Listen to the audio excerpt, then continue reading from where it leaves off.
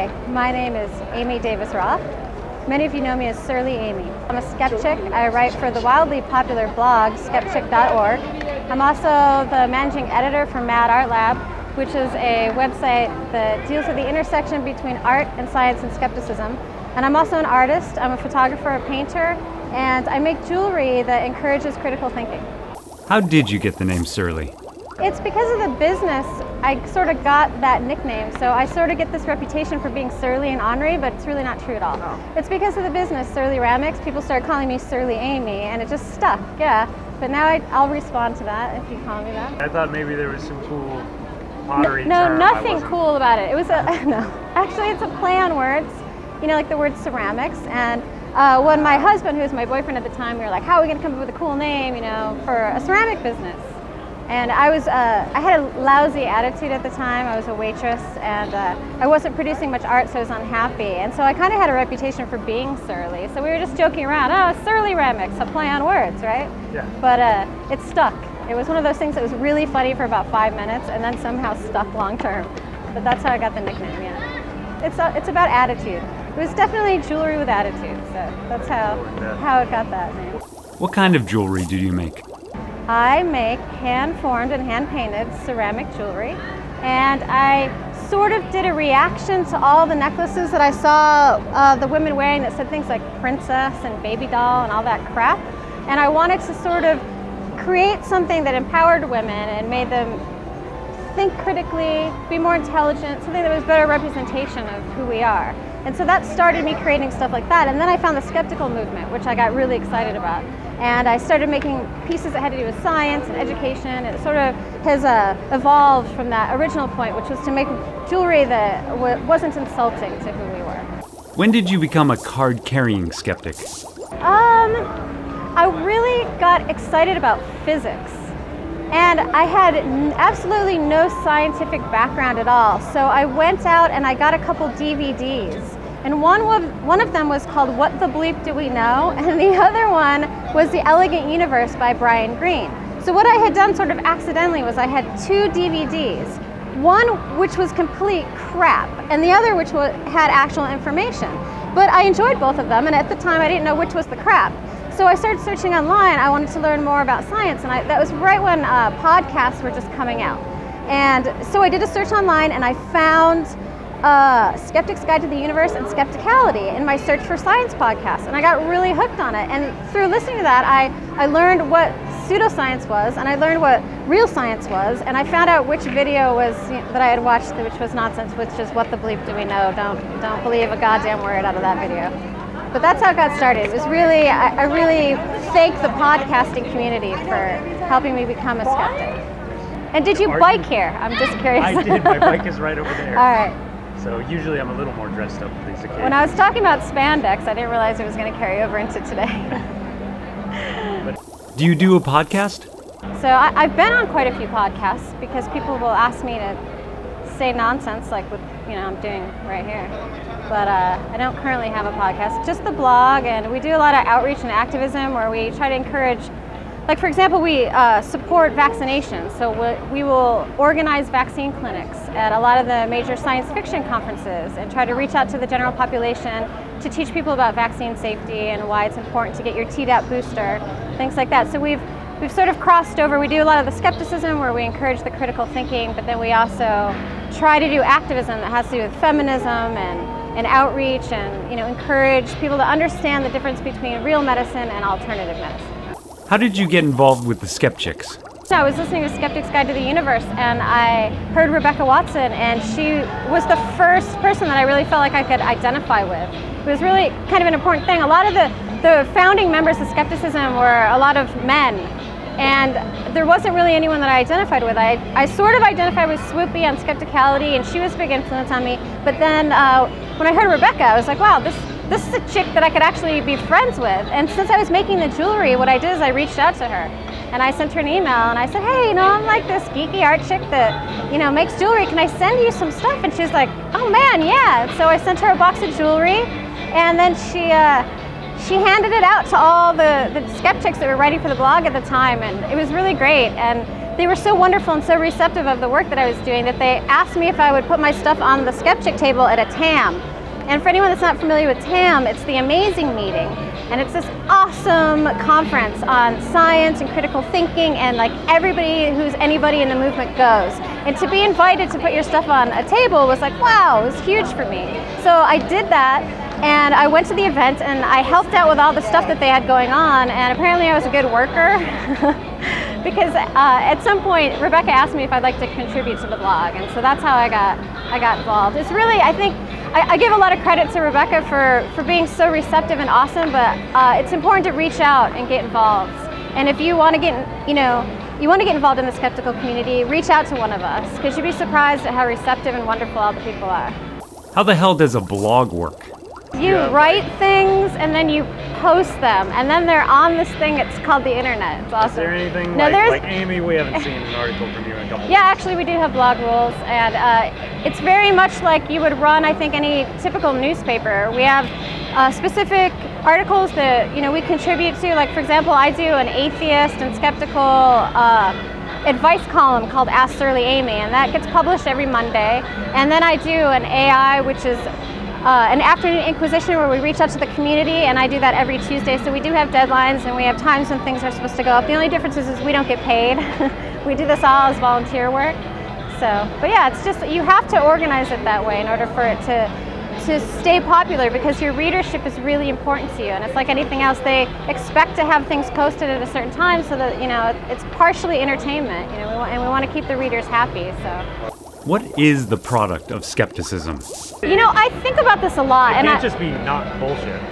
Yeah, okay, this is hard, and I thought about this a lot before I came and talked to you, because I've sort of seen the rough edit of what you've been doing, and it kind of comes across, whether you want it to or not, as a bit of a self-help kind of a product, right? It's almost like, it almost comes across... We can save you. Yeah, in a really weird way, and I don't like that idea, because I don't want it to seem like a club or a cult or a religion or anything like that at all.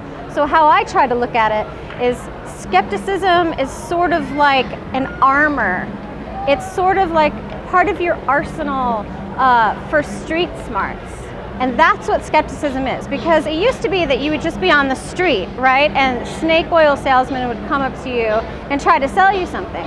But the street has expanded in our world now, and it encompasses the television and the street and the internet. And there's so many things coming at you in so many different directions trying to sell you stuff. And a majority of it's bullshit, because we're in this sort of free market, right? So you're gonna have to expect that a lot of crap is coming at you. And what skepticism can do is it can help you discern what is true from what you want to be true. So I look at it like, a protective piece of armor, and it just adds to your street smarts. Instead of me deciding that I think something is right based on my own personal preferences or my biases that I might have, I can rely on the skeptical method and this huge network of scientists and skeptics to help me figure out what evidence is valuable and what is empirically, something I can trust, as opposed to just what I want to believe. We'd all like to think that the secret and positive thinking and all that, is true. Like, if I think that I'm awesome, I'm gonna be awesome and everything's gonna work out for me, but realistically that's not the case. So that's how I look at it. That's the product. It's a safety net. It's a way of understanding. It's a method that's sort of like the scientific method, but for lay people. It's the same sort of a thing. And it will help protect you from losing money and getting taken advantage of. And that's why we try to encourage more people to understand it and get involved, because it really can help you and your family. And I hope that didn't sound like a self-help book. No. Because it kind of... It's just, there is a fine line between selling a tool and selling self-help. Right. Yeah. It's a method that will really help make your life better if you learn how to use it. So that's how I look at it. What form of bullshit pisses you off the most? I guess that I would have to say what annoys me the most is all the products and the things that are sort of geared towards women, all the bullshit products that don't work. The secret is something that really bothers me, because it creates a cycle of self-blame that's primarily directed towards women. There's not a lot of men that are really involved in this, and so I guess that's why it gets me upset. it's the, you know, the idea that like if something bad happens in your life, that it was your own fault. That bothers me. What also really bothers me is the anti-vaccination movement, because that is literally putting the entire world at risk. It's actually making people sick because there's so much misinformation being spread about vaccines either causing autism or being poisonous in some way, or too many vaccines at once can hurt you, and this defies any of the facts that we know about medicine. In fact, vaccines have probably saved more lives than anything other than hand washing. I mean, it's probably one of the #1 medical advancements that our species has known, and the fact that people are going around encouraging women not to vaccinate their children is something that breaks my heart, and it's really something that we try to fight against.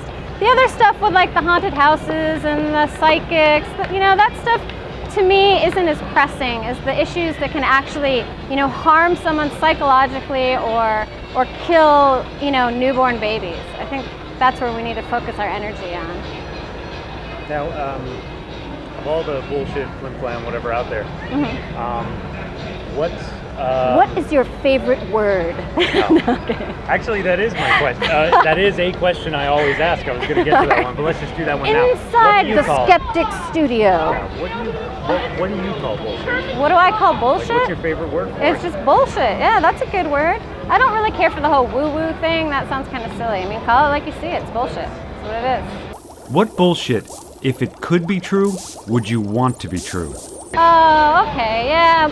Ghosts, man. Like, seriously. Who wouldn't want to be able to talk to their grandma again, right? That would be so cool. I mean, I wouldn't want people stuck in some sort of crazy purgatory or something where they're like stuck and they're see-through and it's miserable. But if there was a way to communicate with, you know, dead people, or if there was, you could believe that there was an afterlife, that'd be lovely. I don't believe in any of it, but I guess if I was gonna pick, it would be that. Or being psychic would be fun as hell, because then, or mind reading, like I know what you're thinking, that would be fun. But yeah, I guess that if anything were to be real, sure. You know, to think that, you know, you can hug your granddad again, that would be great. You don't want magic water? No, because the medicine that, you know, it like herbal medicine, like aspirin is willow bark. I mean, that stuff, the natural remedies become remedies if they actually work, you know? But the dudes, they always go for the supernatural powers, or aliens. Oh, really? Oh, aliens. Well, that could potentially actually be true. I mean, we can't, the jury's still out on that. I don't think we've been visited yet, but there's absolutely, statistically, the possibility that there's life on other planets. We just haven't found them yet, you know? I think they're talking more the X-Files. They want the X-Files, yeah. Mulder was cool. How do you feel about guerrilla skepticism? Well, I'm very fond of guerrilla art in general, which is where someone will go and tag a billboard or something and change the message. I'm all for that. In fact, there was this really wonderful billboard that was on the New York subway. I think it said 100,000 New Yorkers believe in God or something like that. And someone went underneath it and scribbled it out and did the math, and it was like 0.00002% of New Yorkers. Like, instead of making it seem like it was this big, huge number, instead of it being, I think it was 200,000 New Yorkers agree, and the guy did the math, and that was like this tiny fraction of an amount. So that kind of guerrilla skepticism, I'm all for that. That's fantastic. Other types of guerrilla skepticism, I suppose you know, you have to weigh the pros and the cons. Like, are you causing harm by what you're doing, or are you helping? And how far is your message reaching? There's so many parameters that I would have to take it on a case-by-case situation before I could pass any judgment. Would you approach a stranger? What do you mean approach a stranger? And like say, hey, how's it going? For some reason, for instance, I mean, I work at Starbucks. Okay. And anytime I see anyone wearing a power balance bracelet, I'm like, oh, by the way, that doesn't work. Yeah, I do that. Yeah, okay. Yeah, I do that. I don't think that's really harming anybody. It might upset them a little bit. I think you have to be careful that, I mean, a lot of the people that believe in things, they're just like you and me. Everyone has crazy beliefs, right? So you have to approach people with kindness and in a way that they're not going to shut off. You have to be careful with that, because if you just tell somebody they're wrong, chances are they're going to believe more in what they already believed than when you said that. But if you just drop in hints like, oh, hey, that bracelet that you have on, yeah, I had one of them, but I found out they didn't work. Here's a website that'll explain it to you. You know, you should save your money. Like, be nice about it. You don't have to be like, hey, idiot. bracelet doesn't work, but the guys that sell it, you know, I've yelled at those guys before because they know they're pulling a scam. You know, that's the difference. Like, if they're selling the stuff, then I think they're fair game. And that's how I feel about the whole psychic industry too. The big time psychics that are collecting money or actually causing harm or have media attention, I think those are the people that we should direct our energy towards. But the true believers, we have to be a little bit more careful because they're just misled and they don't know the truth. What's your stance on the whole Phil Plait "don't be a dick" thing? I don't even know how to comment on all that. I mean, the whole "don't be a dick" thing started before Phil Plait. It was Will Wheaton was the one that started that whole thing. And then Phil picked up on it and sort of used the same tagline, and Rebecca Watson used the same tagline for some videos on "don't be a dick." And I mean, you'd have to be more specific with your question. Like, yeah, I think that there's an awful lot of debate going on about how we should act.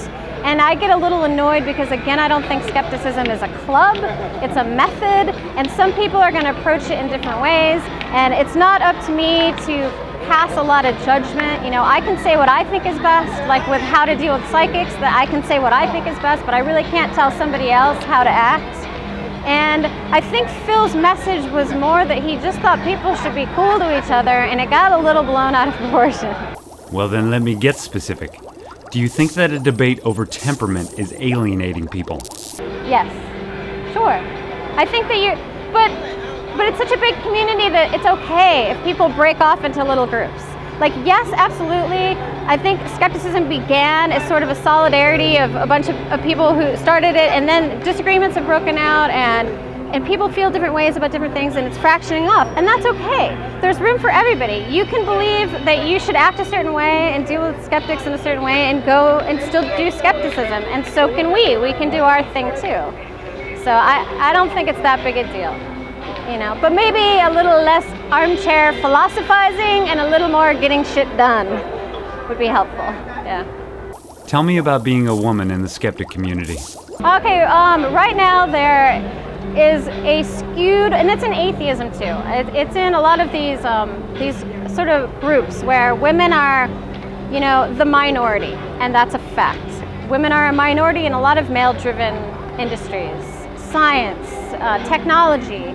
So yes, we have to actively encourage women and other minorities to get more involved in the movement. And we sort of have to go out of our way to do that. And people get upset about that. They think it's going to naturally work itself out.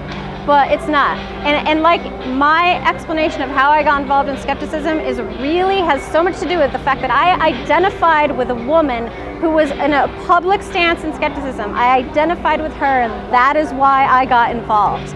And I hope that when people see me, and there's other young women out there, that they will want to get involved as well. So we need to put more people up in front than are not currently represented. That's more minorities and more women. You know, there's so many. Any other questions about that? Because I'd be happy to talk about it. What did you think of Brian Dunning's album cover? I would prefer not to drag him through the dirt because I actually like Brian Dunning as a person. I think he made a terrible decision when he put out that piece of art, and I believe that it was probably unintentional. In fact, I'm pretty confident that it was unintentional. He's a nice guy. He was making a cool project, and he had, for some reason, decided that it would be cool to put a naked woman on her knees while he stood, you know, above her dismissively, and it sent a terrible message to women. And not all women agree with me, and that's great too. But really, when you're that strong of a public figure and you put something like that out, somewhere some woman is going to think that, oh, well, I don't really belong in this movement because I'm sort of being treated like an object here. If that's how skepticism sees me, and they see me as, like, she was supposed to represent the woo, too, which was also insulting. It means that the women are less intelligent, the women are just objects. These are all messages that we're getting sent. And, you know, intentional or not, we need to do better because we know better, right?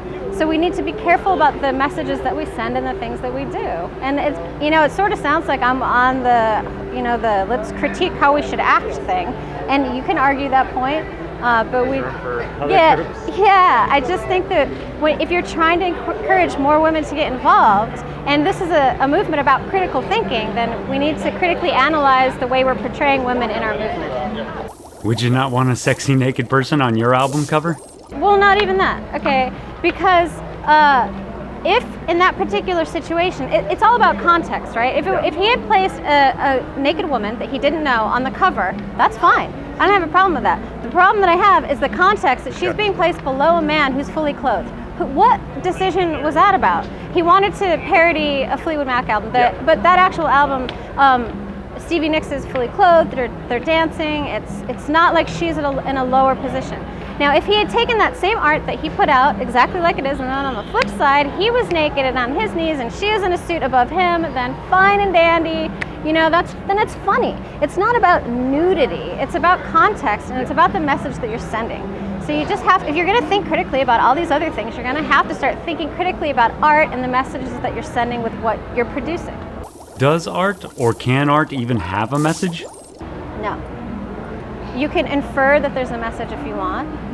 And that's the same thing with him. You can say the artist is dead, right? So say Brian Dunning put out that piece of art and then dropped dead, right? You still have this piece of art. Now it's up to you to decide what that art means to you. And like I said, a lot of people are going to infer that that's placing women in a lower stance, right? So does all art have meaning? Only if you want it to, I suppose. And if you want to be blind to the situation, you can be blind to the situation, you know? It's called blind privilege. Look it up online. I will. Speaking of nudity, when are we going to have another Skepchick calendar? Well, the thing with the Skepchick calendar is it was a great project, and it did a lot of good, and it helped pay to get women to TAM a couple times. But a lot of other people are doing calendars. There's like a lot of Geek Girl calendars now being produced, and we're not sure if we're going to do it again, just simply because the market's sort of flooded with this sort of stuff. Yeah, there's a Geek Girl calendar, and there's a lot of people doing it. We might do it again. It was really fun. I liked those calendars. And so we tried to keep it fair. There was a Skepchick and a Skepdude calendar. See, it's not about being naked. Okay, everyone can get naked. Don't put that in the video. All right. How inclusive is Skepchick? Actually, we've become a whole network now. So it's now the Skepchick network. And we have Skepchick in Swedish. We're going to be starting a Spanish one. We also have Mad Art Lab, the one that I'm in charge of, and there's more men on that than there is women. So, and they all write about skepticism too. So we're really trying to branch out. Oh, we have Teen Skepchick because we really want to encourage the younger people to think critically and get more involved in stuff. So yeah, we have a whole network. We aren't trying to alienate. Again, it's the situation where there was less women in skepticism, and so we specifically try to reach out to other women to get them involved. If there were less men in skepticism, you know, we would be reaching out to try to get more men involved. But currently, until things are equal, we have to still, you know, try to reach out to these people that aren't aware of what's happening. What does the future hold for Skepchick? World domination. Next question. Like near future. Partial world domination. What do you guys have up your sleeve this year or the next couple years? Well, right now we're getting ready to do Skepchicon, which is at Convergence. So right now we're organizing Skepchicon, which is a conference in Minnesota that is in combination with a big science fiction conference. And so we create a Skep track. It's sort of like what they do at DragonCon, if you're familiar with DragonCon. Yeah. Derek and Swoopy, they put together this really fantastic Skep track. And they have all these panels. So Skepchick tries to do the same thing, but at a smaller event in Minnesota. And this is, I think, the third year we've done it. It's really great. We get PZ Myers to come out. We get Amanda Marcotte. Like, we have all these really great people coming out to give talks on evolution and talks on science and skepticism. And we're going to do a lot of panels on art this year, like when art meets science. And a lot of really great things. So that's currently what we're working on. We're also organizing a couple different vaccine clinics, and I don't know if I'm allowed to say where they're happening yet, but until we get the final approval from the CDC and everyone. But those are in the works, so we're doing a lot of that. And like I said, we're expanding the network, so there's going to be, you know, a lot more skeptics writing, and hopefully a lot of different languages, so that we can, you know, we can reach people all over the place. That's pretty much our goal right now. Do you ever do any princess unicorn artwork on request? Oh, I do invisible pink unicorns all the time, yeah. But you know, well, you know what that is, right? That's like the argument. Okay, invisible pink unicorn is sort of like the argument that when people say, well, you can't prove that there's not a God. Okay, well, you can't prove that there's not an invisible pink unicorn standing next to me right now. Dragging in my garage. Yeah, the Carl Sagan dragon in my garage from and it's the same as the flying spaghetti monster. So the invisible pink unicorn is very similar to that. It's that same sort of argument. So yeah, I make those. But I did start off, making all kinds of stuff. I've even made crosses for people that have specially requested them, But I don't do that stuff anymore because I just don't feel right about it. I don't feel like promoting that. But I do custom orders for people all the time, and I'm not going to withhold art from someone. That would be cruel. I try not to I don't want to do crosses, but I'll draw you a fairy, sure. I mean, why not? There's some funny skeptic history with fairies, like those really famous photographs that they did where they did a wonderful job of like cutting out paper and putting a fairy and taking a photo and making it look like it was really there. So, sure. Prior to skepticism, were you a true believer? Were you a hippie? What? I'm sure that you could argue that I was a hippie, but I was never religious. I was raised in a family with no religion. I'm sure that I fell prey to a lot of, the wishful thinking, and I'm sure that there was a point in my life where I thought I was psychic. You think when your friend calls and you knew it was her and you're like, oh my God, I'm so psychic. And you're like, no, you're not. That's just confirmation bias, idiot. But I didn't know that then, I didn't know statistics then, that I have like 5 friends and eventually you're going to know when one of them calls, and then you're going to forget all the times when you picked up the phone and you didn't know who it was. Stuff like that. So yeah, I fell prey to a lot of that stuff. Do you have any tats where you were like, oh man, my goofy past? No, not at all. I love them all. I got no regrets. No, none at all. Yeah, they're just drawings, man. What would Jesus do? Yeah, right now. No, I was never into religion. Okay. I always thought it was silly. I grew up in a family that there was no talk of religion ever. In fact, one time I was at my mom's house and I'm reading a book. She's like, what are you reading? I'm like, the Bible. And she started laughing hysterically, just walked out of the room. I'm like, what's so funny? And yeah. Do you think skepticism can be applied to something like God? I think that you can apply skepticism to religion, and a lot of people disagree, but I think if you're going to use the skeptical method to analyze the whole God thing, you can come to the conclusion that there's just not enough evidence for you to believe that there is a God. I know that there's a lot of people that don't agree with that, and there's a lot of people that feel that there's room for theists to be in the skeptical movement, and I agree with that. I don't think that you have to be skeptical about everything. Everyone has their sacred cow, I suppose. But I personally think that if you are skeptical about it, then you're going to have to come to the conclusion that there is no God. That's my take on it. And I would like to encourage people to be more skeptical about religious claims because they take advantage of a lot of people. It's sad. Mr. Deity, did I tell you this? We were at a rapture event, right? Me and Rebecca were in San Francisco, and there was a rapture. It was like, the rapture thing where there was that Harold Camping guy said the world was going to end. We were right here. Yeah. Okay, well, we went up to this atheist conference in San Francisco, in Berkeley. Or maybe it was Oakland, but anyway, he was giving a talk, and it was right at the time, when the world was supposed to end, and all of a sudden there was like a 3.6 earthquake in the room while Mr. Deity was giving his talk. It was the funniest thing ever. You get this like crowd of atheists, and they're all applauding because it was hilarious. God caused an earthquake that day. It was really fun. It was a really great moment, and he just stopped for a minute. He looked around, he sort of giggled, and he just went on with his talk. It was fun times. With so much pressure to produce content, do you often find your foot in your mouth? Find those moments you're like, damn. Yeah, we're just human. We all make mistakes. That's one of the main reasons I am a skeptic. Is because I know that I'm flawed and I'm not that smart and I don't have the best education and I'm gonna do and say stupid things. But skepticism helps me do and say stupid things less. It really gives me something I can fall back on, and it's something that I can critically analyze a situation. But yeah, we all make mistakes. And one of the things that makes a skeptic a stronger person is your ability to say you're wrong. We all make mistakes. I talk a big game about equality, right? And I raised $4,000 or more actually to get women to go to the amazing meeting this year because there's not enough women in skepticism. So I raised all this money. But you know what I did? I got all white women to go because I reached out to my little circle of people, and I feel really bad about that. I made a mistake about that. I should have tried harder to reach out and get more women of color involved in, you know, the grant program, and next year I'll do that. But I think it's important to realize your mistakes. It makes you stronger. And yeah, say stupid shit, it's okay. We're gonna do it, you know?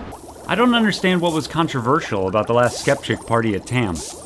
The main critique was that we called it a bordello party, and a few small group of people, I guess, got upset because they said it sounded sexist, so it's just a party. We thought it was funny, it was in Vegas, so. We don't have a party scheduled for this year. Oh, really? Yeah. Oh, okay. We're still hoping that we're going to be able to pull something together, but there's no party this year because, well, not yet anyway. We haven't announced anything, or maybe. But for one thing, there's a big, huge pen party this year. How can you compete with bacon and donuts and strippers, right? Any final thoughts? surlyramix.com. Check out my website. I make a ton of really great science and skeptically influenced artwork that you can wear around your neck. surlyramix.com. Check me out. It's how I make a living. Speaking of that, it's a trilobite. Trilobite. Trilobite. Trilobite, they're fossils. These little critters used to exist all over the place, and there's a lot of fossils of them, and they're really great to collect because there's so many of them because they had really hard shells.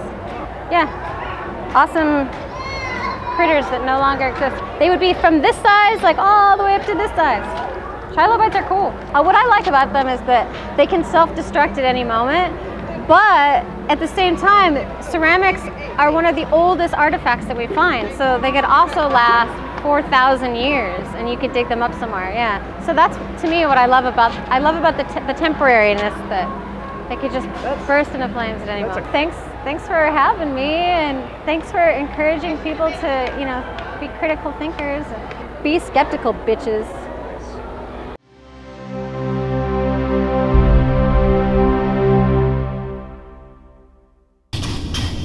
Come with me if you want to live. Be skeptical. You should totally be skeptical. Be skeptical.